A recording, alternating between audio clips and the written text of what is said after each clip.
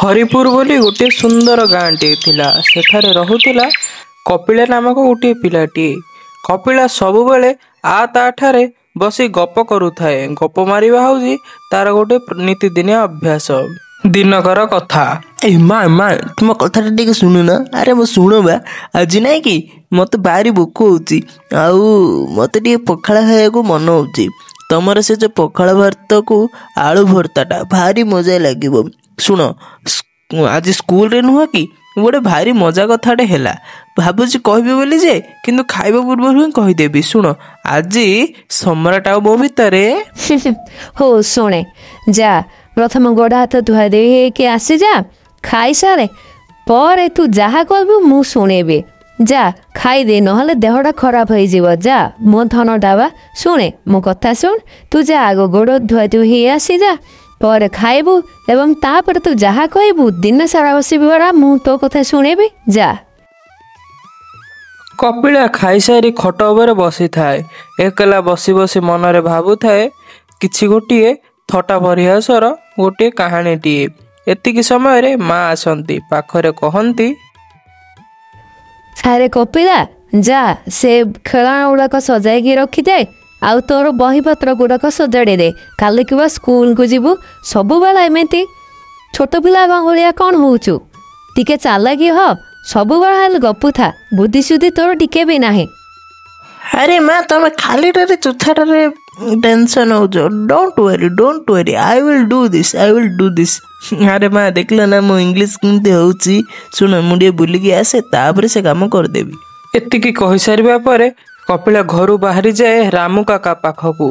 ରାମୁ କାକାଠେ ସେ ତାର ନିଜର ମଜାଦାର ଗପଟା ଶୁଣାଇ ଦିଏ।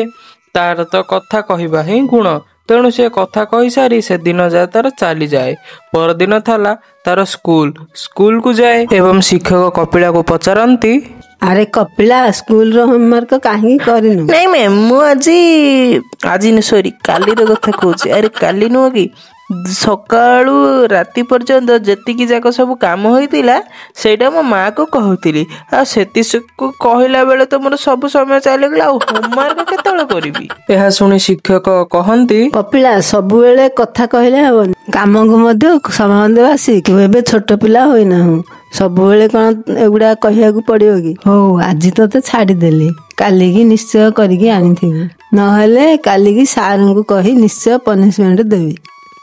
ପରଦିନ ଗାଁରେ ହେବାକୁ ଥିଲା ଚିତ୍ର ପ୍ରତିଯୋଗିତା, ଯେଉଁଠାରେ କପିଳା ମଧ୍ୟ ଭାଗ ନେଏ।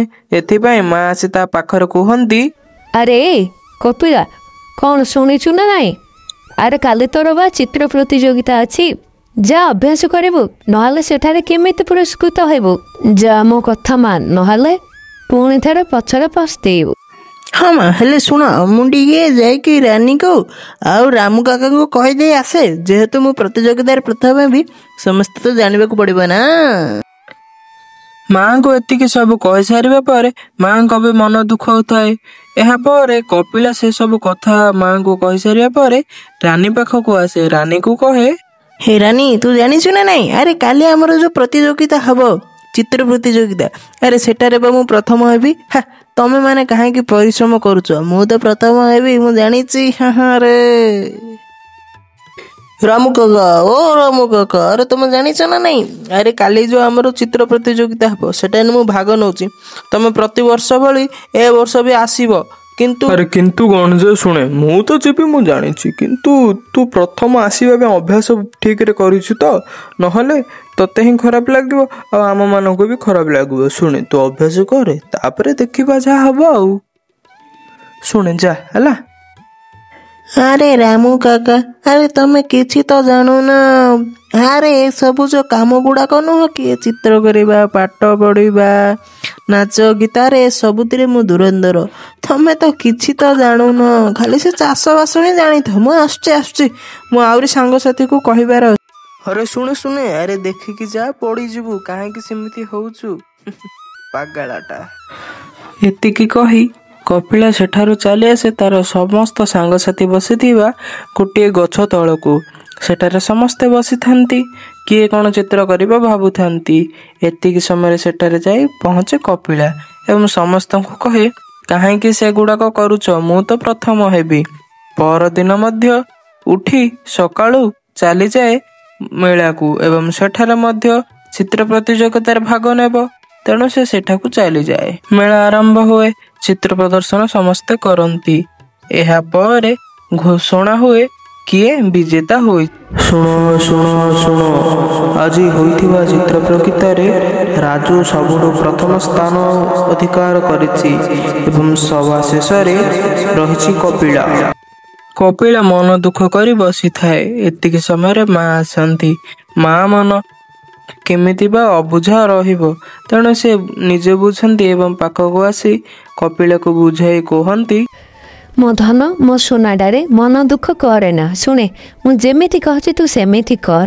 ତୁ ନିଜର ସ୍କୁଲ ହୋମୱାର୍କ ସାରେ ଏବଂ ସବୁଦିନ ଅଳ୍ପ କହିବା ଚେଷ୍ଟା କର। ଦେଖିବୁ, ତୁ ନିଶ୍ଚୟ ଜାଣିପାରିବୁ ଫରକ କ'ଣ ରହୁଛି। ମାଙ୍କ ଠାରୁ ପରାମର୍ଶ ନେଇ କପିଳା ଟିକେ ବାହାରକୁ ଯାଏ ବୁଲି ଆସିବାକୁ ଏବଂ ଆସିବା ପରେ ହୋମୱାର୍କ ସବୁ କରି ପରଦିନ ସ୍କୁଲକୁ ଯାଏ। ପରଦିନ ସ୍କୁଲକୁ ରେଡି ହୋଇଯାଏ। ଶିକ୍ଷକ ଖୁସିରେ କୁହନ୍ତି, ଆରେ ବାଃ, ଏଥର କପିଳା ସବୁ ହୋମୱାର୍କ କରି ଆଣୁଛି। ଲାଗୁଛି ସେ ଏବେ ଭାରି ଭଲ ପିଲା ହୋଇଗଲାଣି।